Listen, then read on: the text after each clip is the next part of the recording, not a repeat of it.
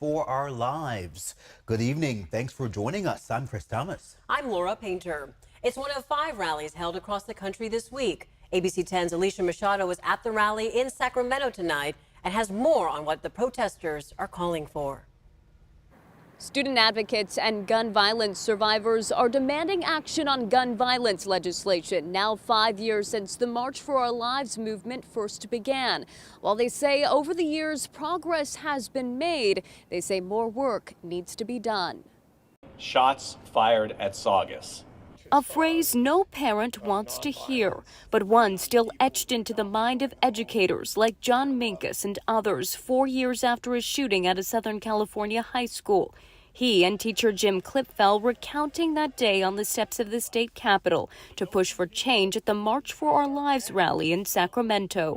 It has been a long and slow recovery for us. Still recovering from the trauma and pain of the November 2019 shooting at Saugus High School in Santa Clarita.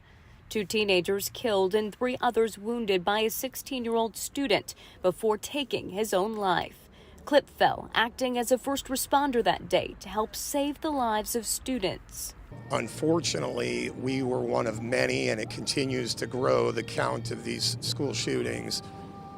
And anything we can do to help people recover and prepare and move forward, and as I said, move the needle on preventing other tragedies like this. Student advocates are pushing to do just that, holding a rally at the state capitol to demand action on gun safety legislation.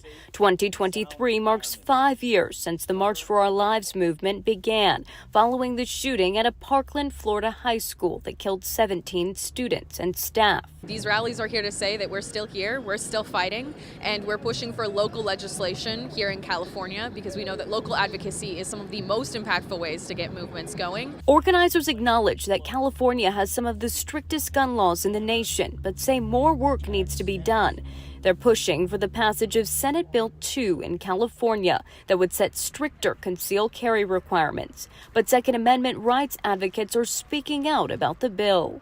SB 2 is a challenge, and it's a challenge because in many cases it allows both the state, or more in particular, local municipalities to create a hodgepodge of random restrictions and requirements. California Republican Assembly spokesman Craig DeLuz concerned about how the requirements would impact holders of concealed carry permits. It also allows local municipalities to be able to make random restrictions as to when and where an individual is able to carry. Most of the places that you need to carry, you are not able to carry. And one great example is in places of worship.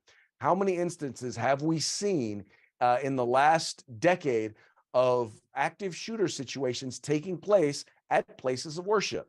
A committee hearing for SB 2 is set for next Tuesday. Right, Alicia, thank you. And this rally comes on the same day a school shooting was falsely reported at a Stockton high school. Police now say that call was part of a prank. More on that coming